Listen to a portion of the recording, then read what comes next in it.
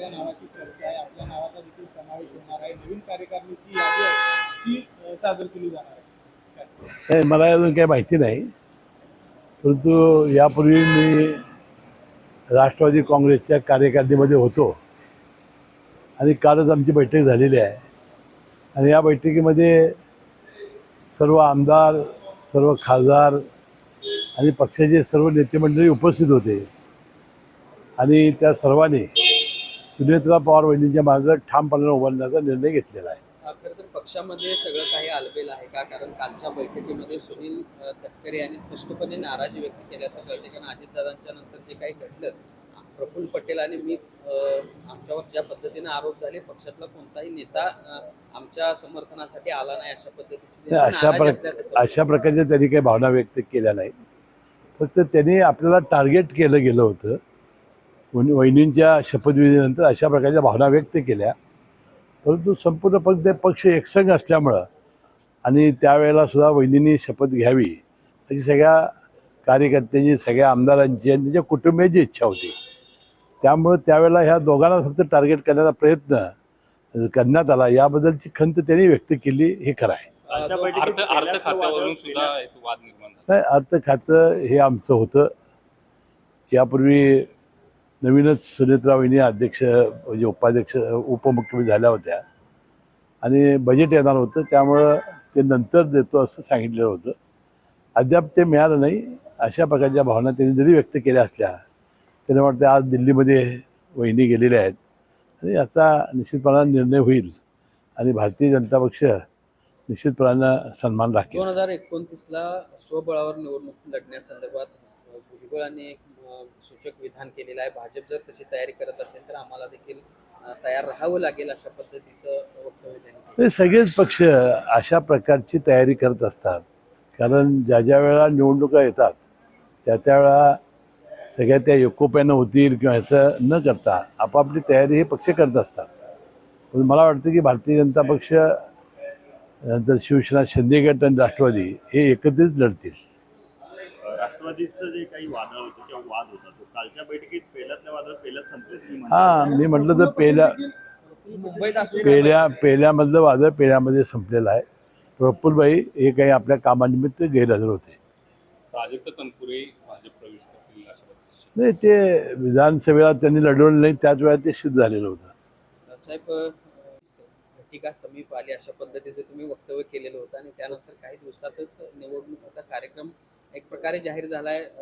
ठराव गोळा करण्याच्या संदर्भात भूमिका सुरू झाली. आणि आता आपल्याला माहिती आहे की कच्ची आणि पक्की यादीचा कार्यक्रम जाहीर झालेला आहे.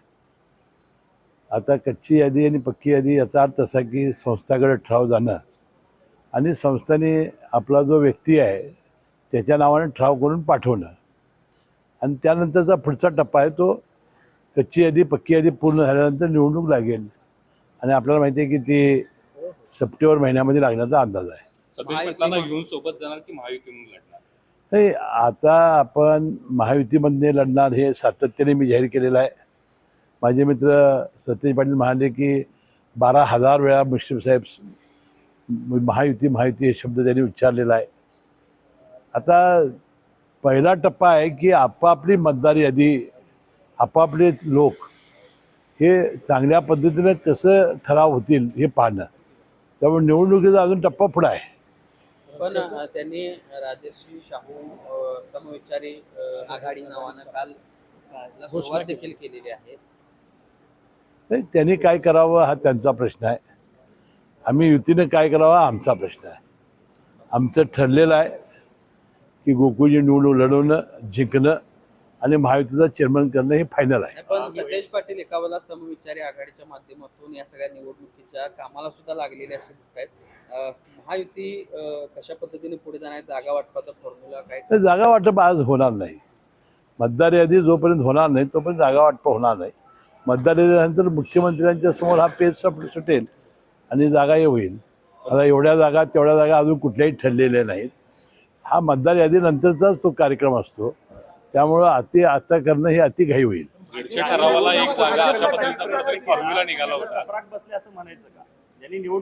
नाही, चपराक असं नाही. सर्वोच्च न्यायालयाने सांगितलं की निर्णय वेळेवर निवडणूक घ्या. आणि त्यामुळे निवडणूक वेळेवर होते. गोकुळच्या निवडणुकीच्या पार्श्वभूमीवर सध्या एक हलाल सर्टिफिकेट बाहेर आलेलं आहे. नावेद मुसलमानवर आरोप करण्यात येत आहेत. नेमकं काय प्रकरण आहे? मी काल माहिती घेतली अशा पद्धतीनं चुकीच्या पद्धतीनं आपल्याला गोकुळा अनेक दिवसापासून अझरबैजान आणि आखाती देशामध्ये आपण तूप लोणी पाठवतो. त्यासाठी अशा सगळ्या इंटरनॅशनल निर्यातीसाठी अशा सर्टिफिकेटची आवश्यकता असते आणि ते फार 2022 सालीच काढलेलं आहे. नवीन मुश्रीफ तर आत्ताच चेअरमन झाले. कशाला हे जोडणं काय जोडणं हे तर मला आश्चर्य वाटतं असतं. तुम्ही जाऊन नाही त्यांची जी अट आहे ना इंटरनॅशनल त्याच्यामध्ये तुम्ही जाऊन ते ह्याला विचारा ना. पण मग हा मुद्दा आत्ताच येण्याचं नाही असं आता हे बघा कोणाला काही काम नाही. आता निवडणूक तर लागलेली आहे.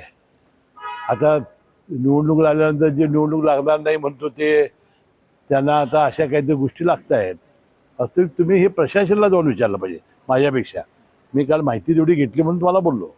तर अशा दुसऱ्या पद्धतीची जागा राष्ट्रवादी आपल्याकडे घेऊन पालकमंत्रीपद हे शिवसेनेला देणार आहे असं कळतं. आपण जे सांगितलं ते मी ऐकलेलं आहे प्रसार माध्यमामध्ये, परंतु त्याची निश्चिती मी 2 दिवसात तुम्हाला सांगेन.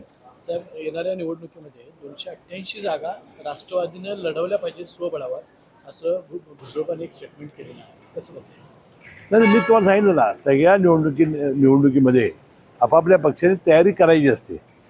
म्हणजे कुस्तीच्या आधी कसा काही नाही पैलवान आपले व्यायाम करतो उठा बशा तसं असतं. पण मला वाटतं की युती म्हणूनच लढाई होईल. साहेब, एक महत्त्वाचा प्रश्न असा आहे की राज्याच्या ठाण्यामध्ये खरं तर 193 एकर वन विभागाची जमीन जी आहे ती खाजगी कंपनीकडे आहे. आता त्याला 2800 कोटींचा TDR द्यायला लागतोय.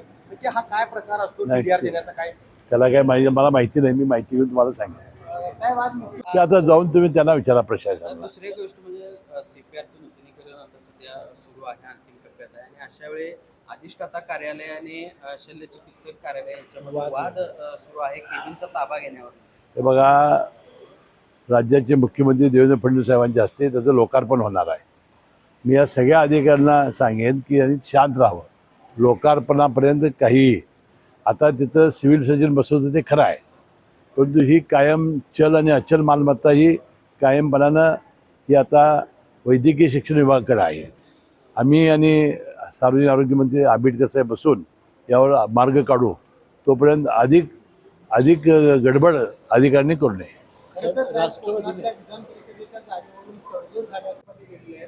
साखरेचा उद्योग आर्थिक संकटात सापडला याच्यावरती चर्चा केली जाणार आहे. 2 प्रश्नासाठी ते आज दिल्लीला गेलेले आहेत. एक कांदा आणि एक साखर. कांद्याचा प्रश्न तुम्हाला माहिती आहे की कांदा हा स्वस्त आणि त्यामुळे शेतकऱ्यांना फार मोठं नुकसान व्हायला लागलेलं आहे. साखरेचा प्रश्न अतिशय गंभीर झालेला आहे. मला तर एक साखर कारखानदार म्हणाला की साहेब आता अशी आपल्यावर वेळ आलेली आहे की आपण सामुदायिक आत्महत्या करण्याची वेळ आलेली आहे. इतके पद्धतीनं अडचणी तयार झालेल्या आहेत. बँकेच्या अडचणी तयार झालेल्या आहेत, साखर कारखान्याच्या तयार झालेल्या आहेत. मला वाटतं या बैठकीमध्ये साखर कारखान्याला सॉफ्ट लोन देणं, रिस्ट्रक्चरिंग करणं, साखरेचे दर वाढवणं, इथेनॉलचा दर वाढवणं अशा प्रकारचे मार्ग काढून केंद्र सरकार दिलासा देईल असं माझं मत आहे. थँक्यू.